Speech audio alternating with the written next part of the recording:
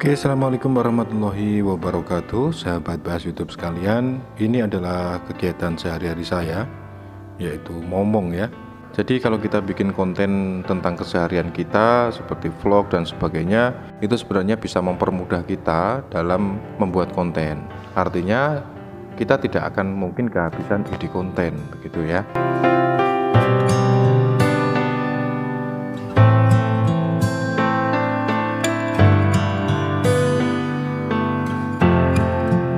Ya oke, halo teman-teman semuanya, sahabat bahas YouTube dimanapun Anda berada ya. Hari ini kita di suasana yang berbeda. Saya ada di belakang nih, di pekarangan. Dan tentunya ini bisa dicontoh ya.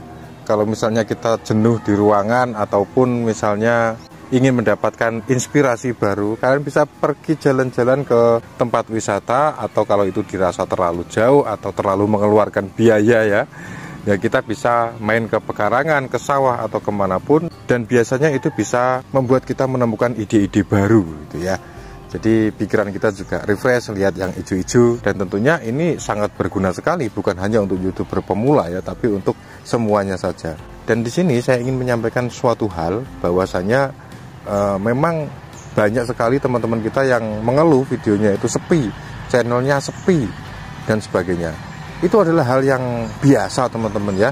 Jadi yang namanya hidup itu kan naik turun ya. Jadi sama dengan konten YouTube atau video YouTube itu juga sama. Statistiknya itu naik dan turun. Itu adalah hal yang wajar dan biasa saja gitu. Apalagi sekarang ditambah ada platform-platform lain, dan tentunya itu bisa memecah penonton gitu ya. Jadi penonton yang biasanya di YouTube itu bisa saja mereka pada berpindah ke platform lainnya, atau sebaliknya dari platform lain bisa saja mereka kembali ke YouTube dan seterusnya. Dan itu bukan satu-satunya faktor ya. Jadi penonton sepi itu selain karena hal itu juga ada faktor lain. Di antaranya mungkin penonton kalian itu memang sudah berkurang minatnya terhadap video kalian atau tema yang kalian angkat di situ, atau mungkin karena video kita dianggap tidak lagi menarik gitu ya, atau mungkin video kita dianggap sudah tidak seperti dulu lagi, atau bahkan mungkin karena video-video kita sudah tidak membahas sesuatu yang mereka cari atau mereka impikan gitu.